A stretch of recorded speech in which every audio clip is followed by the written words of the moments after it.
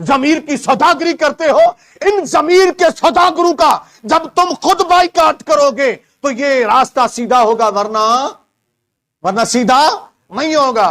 اور ووٹ کے اندر ایک چیز اور ذہن میں رکھیں جو شرعی تقاضا ہے، میں وہ سمجھا رہا ہوں آپ کو۔ ہم یہاں جتنے لوگ بیٹھے ہوئے ہیں، مثال کے طور پر میرا ایک تعلق ہے کسی سے، ٹھیک ہے نا، مثال کے طور پر محمود بھائی بیٹھے ہوئے ہیں، خالد بھائی بیٹھے ہوئے ہیں، مقصود صاحب بیٹھے ہیں، یا ہمارے حاجی یونس یا کوئی بھی دوست ادھر پیچھے بیٹھا میں جانتا ہوں جن سے صاحب سے سلام دعائیں، میرے پاس کوئی بندہ آتا ہے، یار ڈاکٹر صاحب آپ چلیں، آپ دوست ہیں ہمارے، فلاں کو کہیں کہ ووٹ دے دیں ہمیں، میں دو بندے میں اور ساتھ لے کر آ جاتا ہوں آپ کے پاس، میں کہتا ہوں یار اس کو ووٹ دے دو، اس کو ووٹ دے دو۔ اب یہاں 5واں نمبر جو ہے وہ بھی سن لینا، قرآن کی روشنی میں اور حدیث مبارکہ کی روشنی میں شفاعت کرنا۔ ووٹ کا، ووٹر کی حیثیت کیا ہے؟ ووٹ کی شفاعت کرنا یا شفاعت کرنا، دو لفظ استعمال کی، سفارش کرنا یا شفاعت کرنا۔ یعنی سفارش کرتا ہے وہ حکومت بنانے کے لیے اپنے نمائندے کا انتخاب کرتا ہے، جو ووٹر ہوتا ہے ووٹ دیتا ہے، وہ سفارش کر رہا ہوتا ہے، وہ سفارش کر رہا ہوتا ہے۔ اور قرآن کریم کی آیت جو آخر میں نے دیکھی تو اس میں رب کریم نے یہی ارشاد فرمایا کہ اگر تم کسی کی سفارش کرو، اگر اچھی سفارش کرو گے تو تمہیں اس کا اجر ملے گا، تمہیں اس کا اجر ملے گا، اور اگر بری سفارش کرو گے تو پھر تمہارا انجام برا ہوگا، پھر تمہارا انجام برا ہوگا۔ ایک ووٹر کی حیثیت یہ بھی ہے کہ وہ سفارشی ہے، سفارش کر رہا ہے، شفاعت کر رہا ہے کہ میرے اس نمائندے کا انتخاب کر دو۔ اب ہمارے ہاں کیا ہوتا ہے، میں آ گیا ہوں، یار دوست ہے، چل دوستی نہیں باتیں، یار انہوں نے کہہ دیا ووٹ دے دو، انہوں نے کہہ دیا ووٹ دے دو، نہیں، آپ نے اس پہ ووٹ نہیں دینا ہے۔ ہمارے ہاں ووٹ کس بنیاد پر ہوتا ہے؟ رشتہ داری کی بنیاد کے اوپر۔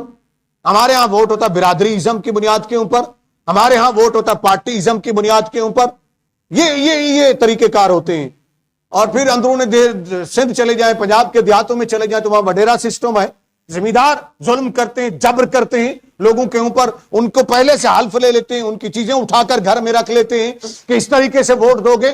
تو یہ ووٹ نہیں ہے، یہ ووٹ نہیں ہے۔ ووٹ وہ ہوتا ہے کہ ووٹر کو آزادانہ رائے کا حق دیا جائے، اور ووٹر کے اوپر لازم ہے کہ وہ اللہ عز و جل کے احکام کو اور رسول اللہ صلی اللہ علیہ وسلم کے ارشادات کو سامنے رکھ کر آگے جو بھی نمائندے ہیں، جس تنظیم کے ہیں، ان سب کو دیکھے، ان میں سے جو زیادہ امین ہو، جو زیادہ صادق ہو، جو زیادہ صالح ہو، ان میں سے اگر سارے ہی ایک ہی جیسے نظر آتے ہیں تو پھر اس میں دیکھے فقہائے کرام نے لکھا ہے جو سب سے کم گناہ کرنے والا ہو، جو کم نقصان دینے والا ہو، اس کا انتخاب کریں، اسے ووٹ دیں۔ اللہ رب العزت کی بارگاہ میں دعا ہے کہ اللہ تعالی ہمیں اس امانت کو صحیح معنوں میں ادا کرنے کی توفیق عطا فرمائے۔